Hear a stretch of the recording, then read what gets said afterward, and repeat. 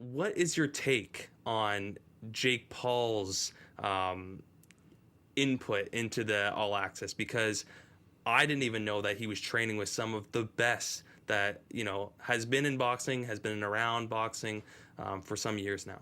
That's what money can buy. Yeah, no The doubt. best. The best. And he's no shortage of money. And that's what actually, when I was watching the All Access, I'm not one who really likes the heel persona per se. And he dove right into that. And hey, it's worked. So I'm not here to hate on it. I respect everything he's done career-wise. I was never a huge fan of him as a person. As I watched this All Access, it really highlighted who he actually is as a person instead of this persona he holds on camera. And to be honest, not a bad dude, bro. Like I saw him doing felt the same way. I saw him doing the boxing bullies for the kids to give back from, like, he dealt with online bullying his whole life. And some people may say, oh well, money buys all happiness.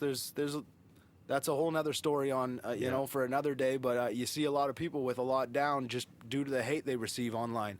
And big into the meditation, the manifestation, something I hold dear to my heart as well, and trying to learn and prosper in that avenue in my life as well. And hey, I got to respect it. The guy came from, YouTube, and he's doing this now. That's true. And like I said, we like we had stated on the pod before, last week there, we were talking about him taking this as his fourth fight. Yeah. And the fact that if you look at any boxers, and when they say, oh, why doesn't he fight a legitimate boxer? If you take a look at who they fought on their fourth fight, tomato cans. True. So, yeah. What was it? 10 and 102 for that one Tommy scrapper? Fury? Yeah. Tommy Fury. Yeah. So, got to give it to him, man. But like every fight right now that he takes is make or break for his career per se. That's what he's looking to do. And he's coming on Showtime after that joke of a show they put on Triller. Yeah. It's huge to come over to Showtime now, and they're not going to give you Nate Robinson.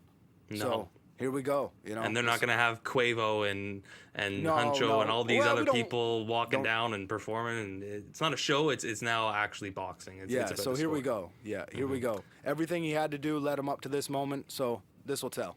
Yeah, and this is obviously an easy answer. And, I'm just going to lob it out there to you. The fights that he's had up to this point, we have another YouTuber, which was his first fight. You got Nate Robinson, who's a basketball player, who stands at 5'9". Then you got Ben Askren, who probably pound for pound was his best matchup in terms of weight and in terms of height, but he was 36, so that's 12 years older. Fresh off a hip surgery. Yeah, exactly. Only wrestled, yeah. Now we get to Tyron Woodley, who is 15 years older, 15 years his senior, but it looks, that he's his best athletic competition that he's experienced thus far. By far. Mm-hmm. I heard he had a couple other options. I know Dylan Dennis would be one of them. Okay, yeah. And let me tell you, he picked the hardest option, being Tyron. Oh, really? Oh, most definitely. Yeah, that's why it's I gotta respect it, man. I gotta respect it. So, yeah. Sorry, repeat that. What was the end question there? Well, I just wanted to basically confirm that everybody knows this. I know this. I'm not even that big of a fight fan, so, but that this is definitely his biggest competition by far since he started fighting.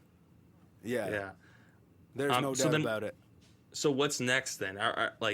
My biggest criticism on Jake Paul, and just as a bystander, what's next for him? Because I'm seeing him fight basketball players and other YouTube stars and retired plumbers coming off hip injuries.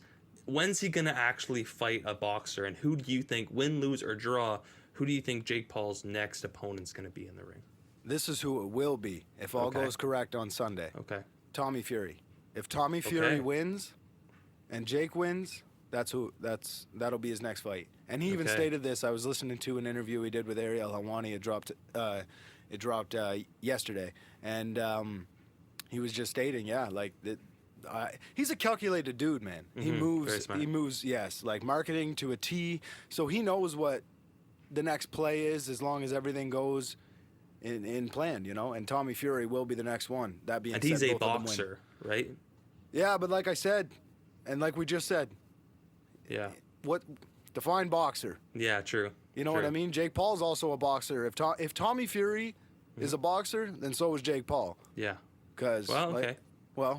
if you're fighting someone who's 10 and 102, Yeah. Yeah. 0-0 doesn't sound so bad. Yeah, exactly. Exactly. The only other person I had heard, I forget who had spoken on this. It might have been Michael Bisping on his podcast, but they had mentioned Andre Ward. He's a 36-year-old retired fighter. I'm not sure if you're familiar with him, Yep. but he's 32-0. And they mentioned maybe he could get back in the ring and fight Jake Paul.